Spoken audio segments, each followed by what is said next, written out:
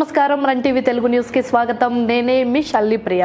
మదనపల్లెలో పోలీసుల మద్యం ఆపరేషన్ నుంచి పశ్చిమాసియాలో ముదురుతున్న యుద్ధ మేఘాల వరకు గ్యాస్ సిలిండర్ల డెలివరీలో ఊరట నుంచి నేషనల్ హైవేలపై సుప్రీంకోర్టు సీరియస్ వార్నింగ్ వరకు నేటి టాప్ ముఖ్యాంశాలతో మీ ముందుకు వచ్చింది మీ రన్ టీవీ తెలుగు.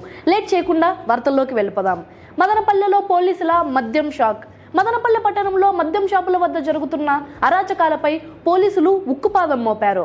ఆదివారం రాత్రి 10 గంటలకే రంగంలోకి దిగిన కాకీలు నిర్ణీత సమయానికి షాపులు మూయించి పర్మిట్ రూములపై నిఘా పెట్టారు. ఎక్సైజ్ శాఖ నిర్లక్ష్యంగా ఉన్న పోలీసులు కఠినంగా వ్యవహరించడంపై స్థానికులు హర్షం వ్యక్తం చేస్తున్నారు. ఏపీలో గ్యాస్ డెలివరీ కష్టాలకు చెక్. రాష్ట్రంలో గ్యాస్ సిలిండర్ల బ్యాక్లాగ్ సమస్య క్రమంగా తొలగుతోందని పౌర సరఫరాల శాఖ ప్రకటించింది. మంత్రి నాదెండ్ల మనోహర్ చొరవతో బుకింగ్ల కంటే డెలివరీలు వేగంగా జరుగుతున్నాయి. గత 2 రోజుల్లోనే సుమారు 5,07,000 సిలిండర్లు పంపిణీ చేశారు. మార్చిలో పెరిగిన డిమాండ్ను అధిగమించి వినియోగదారులకు ఊరటనిచ్చేలా పంపిణీ ప్రక్రియ వేగవంతమైంది. హైవేలపై పశువుల హల్చల్, సుప్రీంకోర్టు ఆగ్రహం. జాతీయ రహదారులపై పశువుల సంచారం వల్ల జరుగుతున్న ప్రాణ నష్టాన్ని సుప్రీంకోర్టు తీవ్రంగా పరిగణించింది.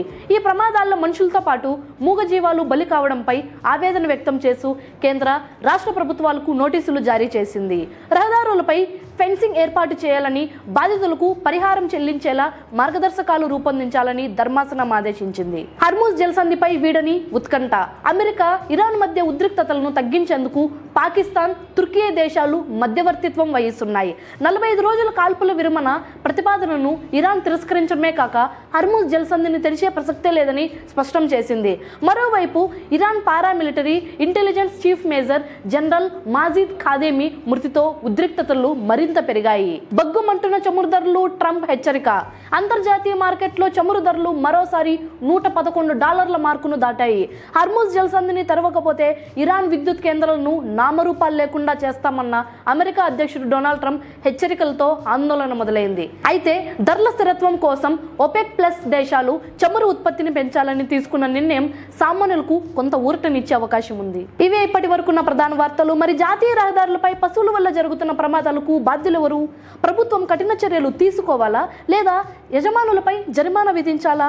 మీ అభిప్రాయాన్ని కింద కామెంట్ బాక్స్లో తప్పకుండా తెలియజేయండి. నిరంతరం నిజాన్ని నిర్భయంగా చూపే రన్ టీవీ తెలుగును సబ్స్క్రైబ్ చేయడం మర్చిపోకండి. నేనే మీ షాలిని ప్రియ, సైనింగ్ ఆఫ్.